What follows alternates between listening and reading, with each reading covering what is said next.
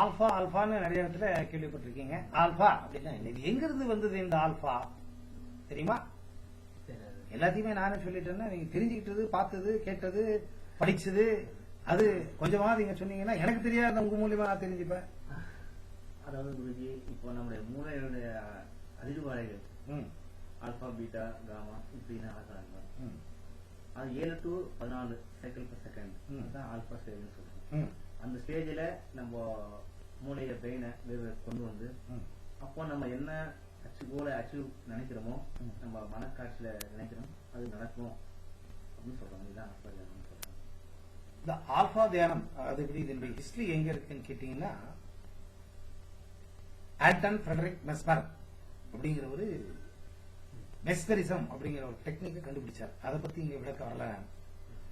அந்த மெஸ்மரிசத்துல வந்து சில குறைபாடுகள் இருந்தது. அதெல்லாம் தவிர்த்து ஜான் எலியர்சன், சார்கோட், இன்னும் நிறைய பேர் எல்லாம் டாக்டர்ஸ் தான். அவங்க எல்லாம் என்ன பண்ணாங்க, அதை கொஞ்சம் மாறுபாடுகள் எல்லாம் பண்ணி ஹிப்னாசிஸ் அப்படின்னு பேர் கொடுத்தாங்க. அதை அடுத்து கொஞ்ச நாள் பின்னாடி இதே ஸ்பெயின்ல, யூரோப்பியன் கண்ட்ரீஸ்ல இதை வந்து இஎஸ்பி அப்படின்னு ஒண்ணு கண்டுபிடிச்சாங்க. இஎஸ்பி அப்படின்னு ஒரு ப்ரோக்ராம், அதன் மூலியமா எது வேணும்னாலும் அடையலாம் அப்படின்னு ஒண்ணு கண்டுபிடிச்சாங்க. அதுக்கடுத்து என்எல்பி அப்படின்னு ஒண்ணு வந்தது, நியூரோ லிங்குவிஸ்டிக் ப்ரோக்ராம். அதுக்கடுத்து இப்ப தமிழ்நாட்டில் அம்மா ஏதோ பேர் வச்சு ஏதோ பண்ணாங்க. எல்லா இடத்துலயும் டிவியில உட்காந்துட்டு பப்ளிசிட்டி நிறைய, யாரை கேட்டாலும் தமிழ்நாட்டில் ஆல்பா தியானம் அப்படிங்கறத பப்ளிக் பண்ணிட்டாங்க. இந்த ஆல்பா தியானம்னு பேர் வந்தது ஏறக்குறைய அந்த அந்த அம்மாவால தான் நான் நினைக்கிறேன். அது வரைக்கும் இந்த ஆல்பா தியானம் வந்து யாருமே பேர் வைக்கல. இது ஆல்பா நிலையில போய் பண்ற தியானத்தினால இதுக்கு ஆல்பா தியானம் பேர் வந்துருச்சு. ஆனா ஆக்சுவலா இது ஹிப்னாசிஸ் தான். இது செல்ஃப் ஹிப்னாசிஸ், ஹிப்னாசிஸ் ரெண்டு இருக்கு. அதாவது மாருதி கார் வெளியே விட்டப்ப எத்தனை வருஷத்துக்கு முன்ன, 25 வருஷத்துக்கு முன்ன மாருதி கார் வந்தது. சின்ன குழந்தை கேளுங்க, என்னப்பா இந்த கார் வாங்குற, மாருதி கார். இப்ப மாருதி டப்பா காரு. மாருதி வச்சிருக்கணும் ரொம்ப கீழே இருக்கிறதான்னு அர்த்தம். அந்த மாதிரி இப்ப என்ன போச்சு, நீங்க என்எல்பி, இஎஸ்பி, ஹிப்னாசிஸ் மேல கீழே பாக்குறோம். அதுக்கு என்ன பண்றாங்க, அந்த பக்கம் தட்டி இந்த பக்கம் தட்டி அது கொஞ்சம் ஆன்மீகம் சேர்த்து, இதை கொஞ்சம் அது சேர்த்து, மசாலா பொடி சேர்த்து, இதை சேர்த்து ஒரு பேர் வச்சு பிரசன்னா குருஜியின் மைண்ட் மிராக்கிள்ஸ், அம்மாவின் மைண்ட் பவர், ஏதோ ஒண்ணு alpha mind power, alpha mind miracles நான் வச்சிருக்கேன் பேரு. ஆனா இதனுடைய மூலமே மெஸ்மரிசம் தான், ஹிப்னாசிஸ் தான். மனதுக்குள்ள நுழைஞ்சி மனதை ரிப்பேர் பண்றது ஹிப்னாசிஸ்ல தான் இருக்கு, அது எங்கேயுமே இல்ல. அதுதான் மூலம். சோ நீங்க வணங்கணும்னா பிரசன்னா குருஜியோ அவங்களையோ வணங்க வேண்டிய அவசியம் இல்லை. ஹிப்னாசிஸை கண்டுபிடிச்ச குரு யார் இருக்காங்க, அவங்க தான் எனக்கு மூலம். அவங்களுக்கு நாம நன்றியை சொல்லணும், மனசுக்குள்ள போறதுக்கு கண்டுபிடிச்சது. இது மனசுக்கு 4 அலைகள் இருக்கு. அதாவது பிரெயின் வேவ்ஸ் சொல்லணும் இல்லையா, அந்த தரங்கங்கள், அந்த அலைகள் ஒவ்வொரு நிலையில ஒரு மாதிரி வேலை பண்ணும் உங்க மனசு. இவர் சொன்ன மாதிரி திருப்பி நான் ரிப்பீட் பண்ண வேண்டியது இல்லை. அந்த சைக்கிள் பர் செகண்ட் சொல்றோம்.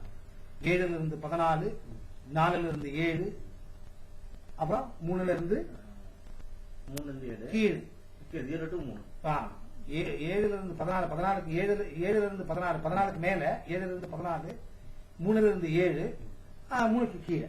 இது 4 நிலைகள். ஆல்பா, பீட்டா, தீட்டா, டெல்டா அப்படின்னு 4 நிலைகள் இருக்கு.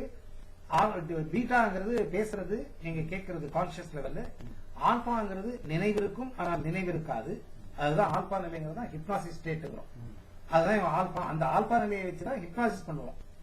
உங்க மனசுல இருக்கிறத நான் வெளியெடுக்கணும்னா உங்களை ஆல்பா நிலைக்கு கொண்டு போய் நான் அந்த டிரான்ஸ் ஸ்டேஜ்ல கொண்டு போய் உங்க ஆழ் மனதுல என்ன பதிஞ்சிருக்கு நான் அதை வெளியே கொண்டு வந்துருவேன். பாஸ்ட் லைஃப் ரெக்ரெஷன் அப்படின்னு சொல்றோம் தெரியுமா, உங்களை பழைய ஜென்மத்துக்கு எடுத்துட்டு போய் அந்த ஜென்மத்துல ஏதாவது ஏறக்குறைய இருந்ததுன்னா அதன் மூலியமா, அதாவது நான் சொன்னேன் இந்த தாட்ஸ் வர்றதே பழைய ஜென்மத்துல இருந்து வந்ததுன்னு. சோ இந்த தாட்ஸை ரிப்பேர் பண்ணோம்னா எதனால வந்திருக்குன்னு அங்க போய் தெரிஞ்சுக்கிறது. நீங்க டைரக்டா ரிப்பேர் பண்ண வேண்டியது இல்ல. ஹிப்னாசிஸ்ல பாஸ்ட் லைஃப் ரெக்ரெஷனுக்கு போய் அந்த பாஸ்ட் லைஃப் ரெக்ரெஷன்ல என்ன உங்களுக்கு மைனஸ் இருக்கு அதை தெரிஞ்சுக்கிட்டு எதுக்காக நீங்க பண்ணிட்டு இருக்கீங்க நான் கேள்வி கேட்டா நீங்க சொல்லிடுவீங்க.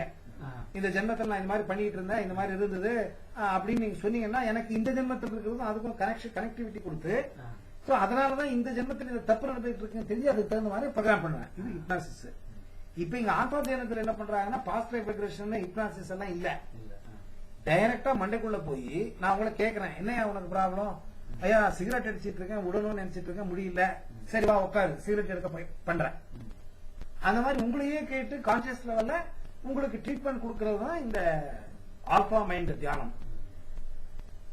சோ இது என்னன்னு கேட்டீங்கன்னா, கெட்ட பழக்க வழக்கங்கள், கெட்ட எண்ணங்கள், கெட்ட சிந்தனைகள், தேவையானவை, அதிகமாக தேவையானவை, அபரிதமாக தேவையானவை, எதை வேண்டுமானாலும் அடையிறது விடுறது, அதுக்கு ப்ரோக்ராம் பண்றது பிரெயினை. அதுதான் இந்த ஆல்பா தியானம். தியான நிலைக்கு போய் உங்க வலது பக்க மூலையில் இருக்கிற அந்த வேண்டாத ஒரு என்ன சொல்றது ஃபைல், அந்த ஃபைலை நீங்க எடுக்கிறீங்களோ விடுறீங்களோ, அந்த ஃபைல் மேல திருப்பி திருப்பி திருப்பி திருப்பி திருப்பி திருப்பி இன்னொரு ஃபைல போட்டுக்கிட்டே இருந்தீங்கன்னா அது உங்களுக்கு தெரியாம கான்சியஸ் லெவல்லயே சப்கான்சியஸ் லெவல்லயே அது கான்சியஸ் லெவல்ல வேலை பண்ற மாதிரி ரெக்கார்ட் ஆயிடும். அது எந்த அளவுக்கு நீங்க கர்மங்கள் பண்ணிருக்கீங்க அந்த அளவுக்கு நீங்க திருப்பி திருப்பி போட வேண்டியிருக்கும். இது நான் ஒரு தடவை பண்ணேன், 2 தடவை பண்ணேன், 10 தடவை பண்ணேன், 25 தடவை பண்ணேன், ஒண்ணுமே ஆகல, ஒண்ணும் பண்ண முடியாது. இது எவ்வளவு கெட்ட கர்மங்கள் எவ்வளவு அழுத்தமா இருக்கு, அந்த அழுத்தத்துக்கு நீங்க மேல போட்டுக்கிட்டே இருந்தாதான் இது அழியும், இல்லன்னா அழியாது. நிறைய பேர் என்கிட்ட கேக்குறாங்க, என்ன குருஜி நீங்க சொன்னீங்க பாடத்தை கத்துக்கிட்டோம், 48 நாள் ஒரு மண்டலம் சொன்னீங்க, ஒண்ணுமே இல்லையா மாற்றம், ஒண்ணும் பண்ண முடியாது. அது நீங்க திருப்பி திருப்பி திருப்பி திருப்பி திருப்பி அடிக்கிற வரைக்கும் போடுறதுதான் உங்க வேலை. இந்த தியானத்துல 2 புருவத்துக்கு மத்தியில பாருன்னு சொல்லி கொடுக்குறாங்க. பார்க்கவே முடியாது. 2 புருவத்துக்கு மத்தியில பார்க்க சொன்னீங்கன்னா எங்கேயோ பார்ப்பான். புருவ 2 இருக்கு, மத்தியில இருக்கு, இவன் அந்த மத்தியில போகாது. இப்ப அங்க கொண்டு போய் வைக்கிறனால வெளியே போயிடும்.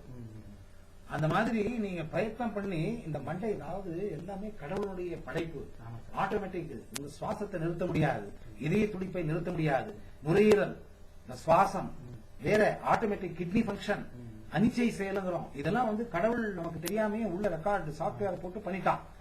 அந்த மாதிரிதான் இந்த நினைவு, இதெல்லாம் ஆட்டோமேட்டிக் சிஸ்டம். இது யாருமே தொட முடியாது. ஆட்டோமேட்டிக்கா கடவுள் என்ன பண்ணிருக்கான், நீங்க தொட போனீங்க அவுட்டு.